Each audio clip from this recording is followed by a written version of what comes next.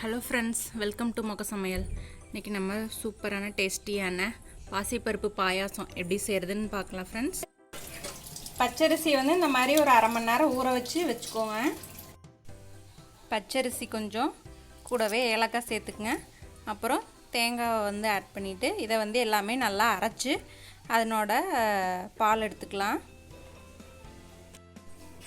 தேங்காய், பச்சரிசி, ஏலக்காய் எல்லாம் நல்லா அரைச்சி எடுத்தாச்சு. இப்போ இதை நம்ம ஃபில்டர் பண்ணிக்கலாம்.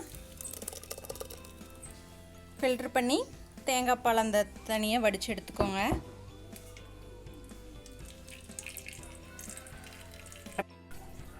தேங்காய், பச்சரிசியில் அரைச்சி தேங்காய் பால் ஃபில்டர் பண்ணி எடுத்தாச்சு. இப்போ நம்ம பாயாசம் ரெடி பண்ண பாசிப்பருப்பு பாயாசங்கிறதுனால பாசிப்பருப்பு கொஞ்சம் நிறையாவே போட்டுக்கலாம்.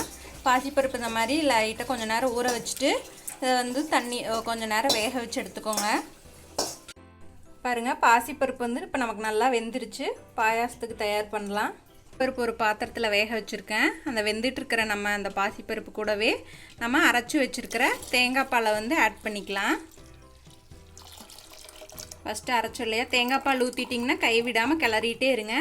அடுப்பை மீடியம் ஃப்ளேமில் வச்சுக்கோங்க. இப்படி கைவிடாமல் கிளறிட்டே இருக்கணும். நம்ம பச்சரிசி எதுக்காக ஆட் பண்ணுறோன்னா பாயாசத்துக்கு ஒரு திக்கஸ்ட் கன்சிஸ்டன்சி கிடைக்கும். அதுக்காக. அதுவும் இல்லாமல் பச்சரிசியும் தேங்காயை அரைச்சி ஊற்றி நம்ம செய்யும்போது டேஸ்ட்டு ரொம்ப சூப்பராக இருக்கும் பாயாசம்.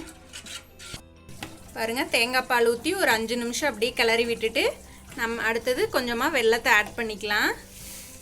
நான் வெல்லம் ஆட் பண்ணுறேன், நீங்கள் கருப்பு டீ இருந்தாலும் ஆட் பண்ணிக்கலாம். வெல்லம் ஆட் பண்ணும்போது சூப்பர் டேஸ்ட் கிடைக்கும். நாட்டு சர்க்கரை எது வேணாலும் ஆட் பண்ணிக்கங்க. கைவிடாமல் தேங்காய் பால் ஊற்றி இருக்கிறதுனால கிளறி விட்டுட்டே இருங்க.